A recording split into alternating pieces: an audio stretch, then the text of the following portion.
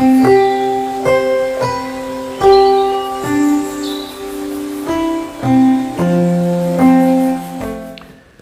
Doctor Neeraj Gupta, मैं मानसिक रोग विशेषज्ञ हूं और 30 साल से भी ज़्यादा समय से कार्यरत हूं।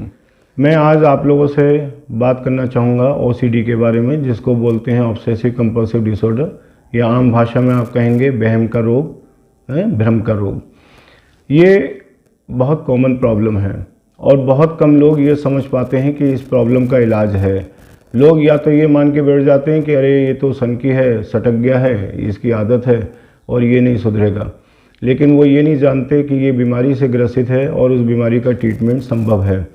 ऑब्सेसिव कंपल्सिव डिसऑर्डर में आदमी एक ही बात की बार बार पुनरावृत्ति करने लगता है, एक ही कार्य की बार बार पुनरावृत्ति करने लगता है। जैसे कि अगर हाथ गंदे, हाथ धो लिए, उसके बाद फिर विचार आ गया उसके मन में कि नहीं अभी हाथ गंदे हैं, वो फिर हाथ धो रहा है। और कभी कभी ये स्थिति होती है कि इस तरह के पेशेंट एक बार में नहीं 5-5 बार, 10-10 बार, बार बार हाथ धोने लग जाते हैं। दरवाज़ा खोल के चेक करने लगते हैं कि ये बंद है कि नहीं, और इसी तरह की और बहुत सी कार्य जो वो बार बार करने लगते हैं।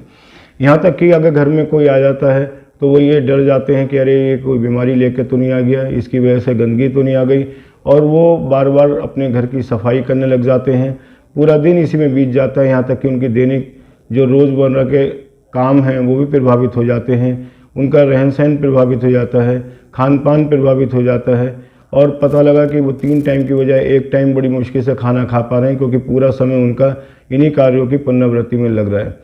अगर ये लक्षण आप अपने घर के परिवार के किसी भी सदस्य में पाते हैं या आसपास, तो उसको ज़रूर इस बात के लिए बताएं कि एक मानसिक बीमारी का लक्षण हो सकता है और उसको मानसिक रोग विशेषज्ञ के पास ज़रूर लेकर जाएं, जिससे उसका सही उपचार उसको मिल सके।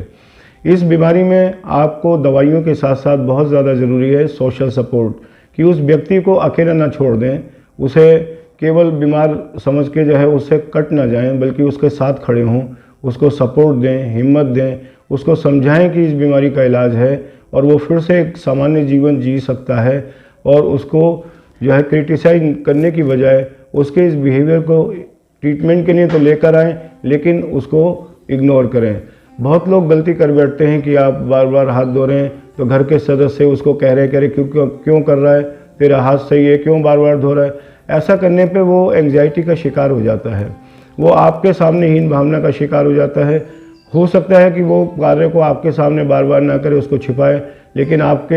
हटने के बाद वो उस कार्य को और दुगनी बार या चौगनी बार करने लग जाए। तो इससे बीमारी बढ़ती है, घटती नहीं। ये आपको अच्छे से समझना होगा कि इन बीमारियों के लिए जिम्मेदार वो व्यक्ति नहीं है, बल्कि उसकी बीमारी है, और उसके उस बर्ताव को बदलना दवाइयों के माध्यम से, काउंसलिंग के माध्यम से, या मनोवैज्ञानिक इलाज जिसको बोलते हैं कॉग्निटिव बिहेवियर थेरेपी, उसके माध्यम से, यह सब चीज़ों को एक साथ लेकर इसमें बचाव कर सकते हैं।